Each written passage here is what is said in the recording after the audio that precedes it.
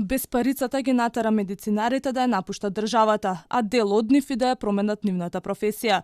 Оние што сакаат да ја работат се соочуваат со низа проблеми. Нема настава за стоматолошка сестра, а оние кои имаат завршено стручно образование земаат минимална плата.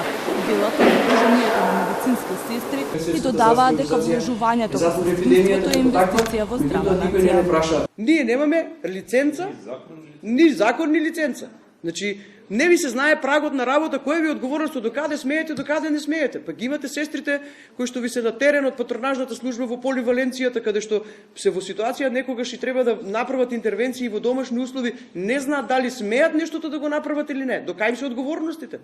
Дали смеат да аплицираат еден обичен клексан во домашни услови или не. Значи, тоа се се некои рамки кои што треба законот да ги изрегулира, да ги имате компетенциите, да знаете кај ви се праговите, каде не ви се. И на нас не е многу тешко да функционираме вака.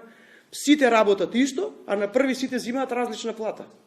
Освен примарната работа на медицинските сестри, приморани се да обучуваат и нестручен кадар за да се намали недостигот на персонал, вели Хамида Латифи и додава дека проблемот може да се реши само со соодветно образование. Пуштивме барање сега до Министерство за образование и секторот на град Скопје, значи за да може да се врати нашиот профил во средното образование и да може да се балансира овој дефицит на огромната бројка на стоматолошките сестри што датира со години веќе.